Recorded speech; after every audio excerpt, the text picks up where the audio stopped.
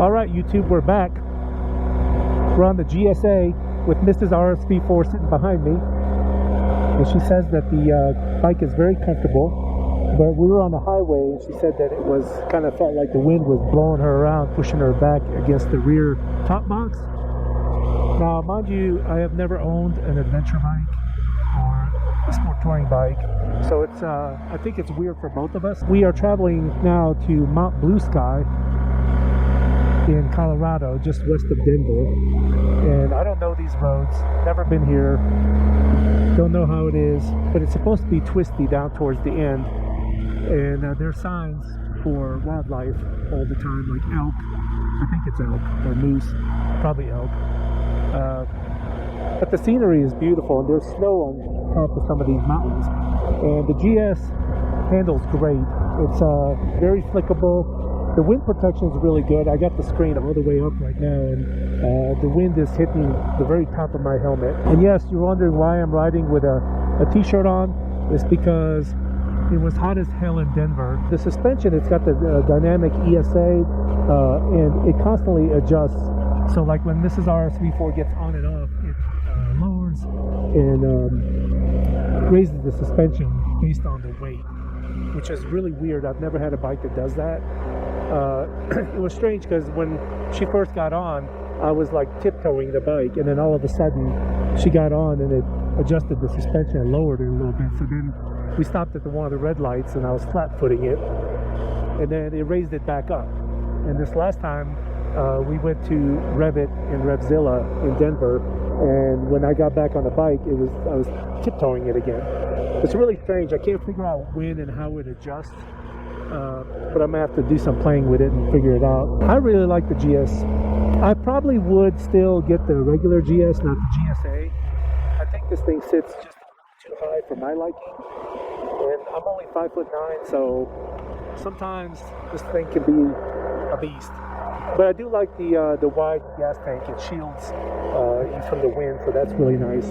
But at the same time, you're also carrying, I think, what is it, 9 gallons of fuel, something like that. So the weight up here at the gas tank really makes a difference, and it is full. They topped it off before I got the bike, so you can definitely tell the weight.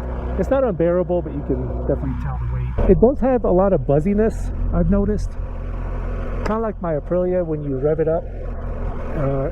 It is a 2-cylinder, so you get that vibe, and it comes through the handlebars pretty good. I can't feel it in my foot peg, but I can definitely feel it in the handlebars. So I guess that's maybe a con to the bike. And it's got plenty of torque, because even at 30 miles an hour I can roll into it, no problem. Alright YouTube, so here's the deal. We got to Mount Blue Sky, and apparently you need reservations. I didn't know that. However, this park ranger said that because we're on a motorcycle, we can ride up there, but we're not allowed to stop, use the bathroom, take pictures, or nothing. So we always have to be moving. And she said that if we stop, we can get a ticket from the park ranger. So we're not going to stop, but Mrs. RSV4 wants to see goats, because it says right here that you can, the temperature up there is 50 degrees, 10 degrees Celsius, wind speeds of about 5 to 10, sunny, and you can see goats at the summit. Mrs. RSV4 said, let's see the goats. 14 miles to Mount Blue Sky. Check it out. I also put my jacket on, as you can tell, because it says 50 degrees up there, and it's 66 right here. And that lady was real strict about stopping. She said if you stop on a motorcycle, you will get a ticket. So that made me nervous. She was very strict about that. She emphasized it twice. So I don't know, maybe there's a park ranger up here that's really hardcore. Don't miss your turn here, otherwise you can have a bad day. Real bad day.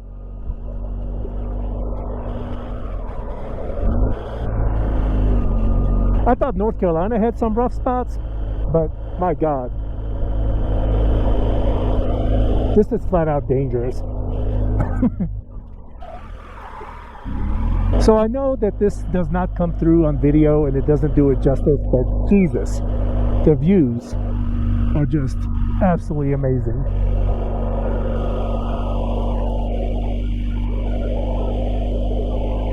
This is actually kind of scary looking down.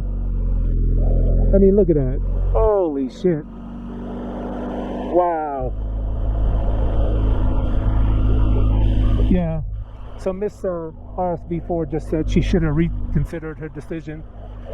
That's the lake we just drove past down there. Holy shit. This is amazing. Wow. I have never in my life ridden a road like this. I I thought like you know, the twisties down in North Carolina, Tail the Dragon, all that is amazing, and it is in its own way. But good God, if I lived here, I'd be riding these kind of roads all the time. So I don't know if you can tell, but on camera, but the road goes over here and around that mountain, and I don't know which one Mount Blue Sky is, but look at the snow on those mountains. Unbelievable. So this road has quite a few bumps on it, but I tell you what, the GS is soaking it up real good.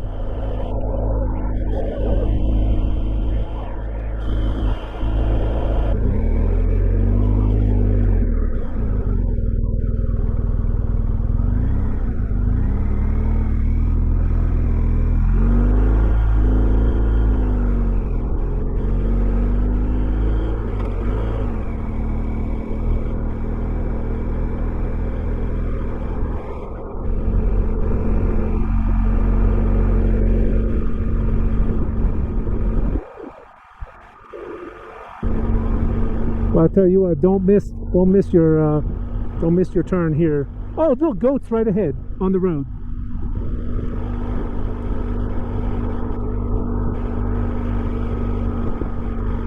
I hope we don't get rammed by one of them.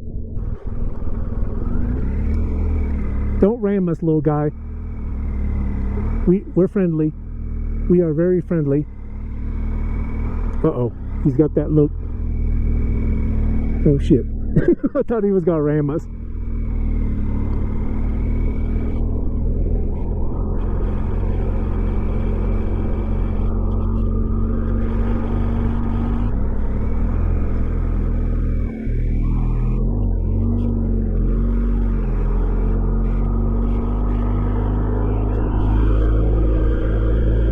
So I don't know if the camera picks it up or not, but there's a bunch of goats right there running around.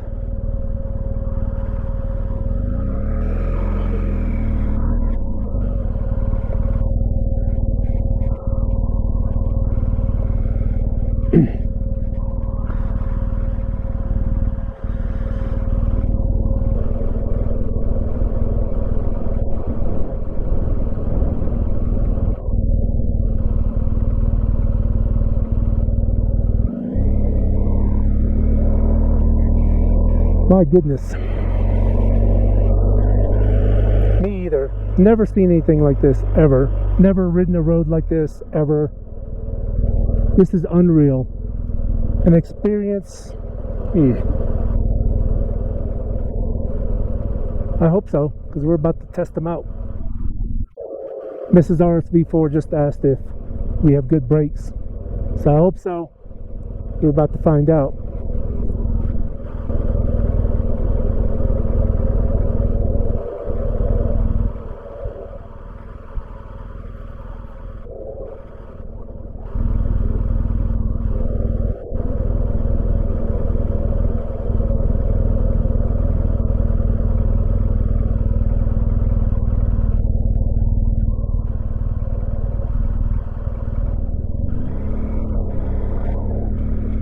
The view is just unreal, and I'm sure this GoPro camera does not do it justice.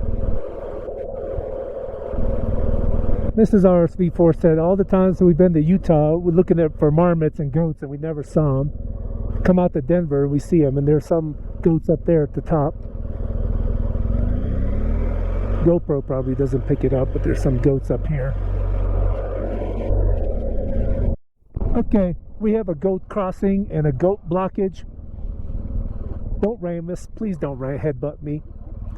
Yeah.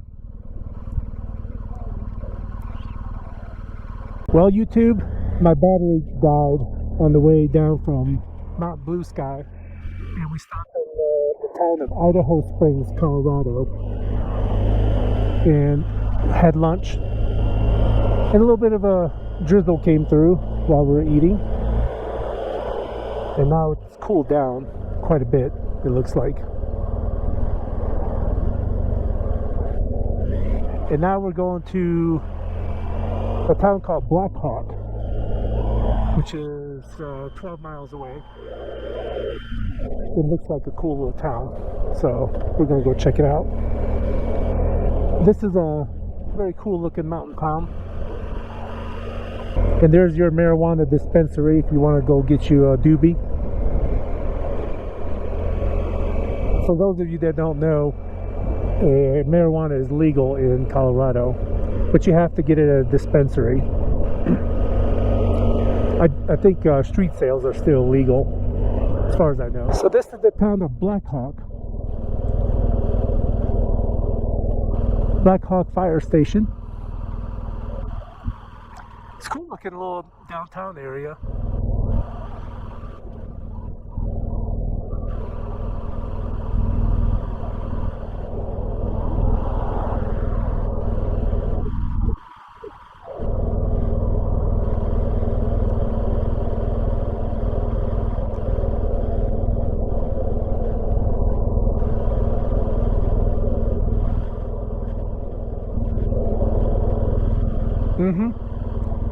Yeah, it does look like they're redoing the town.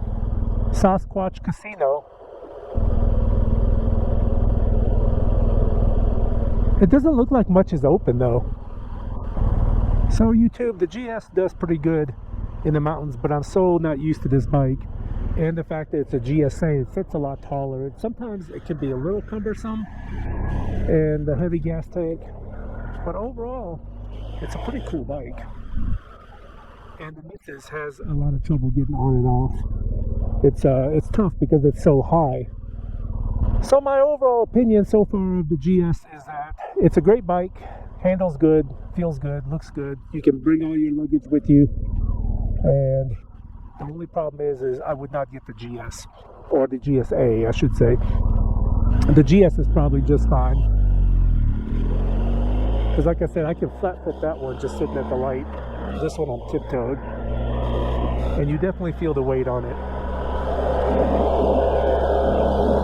So now we're taking the scenic route back to Denver, and we'll stop if we see anything cool. If not, that's the end of this video, and stay tuned for the next one. Peace.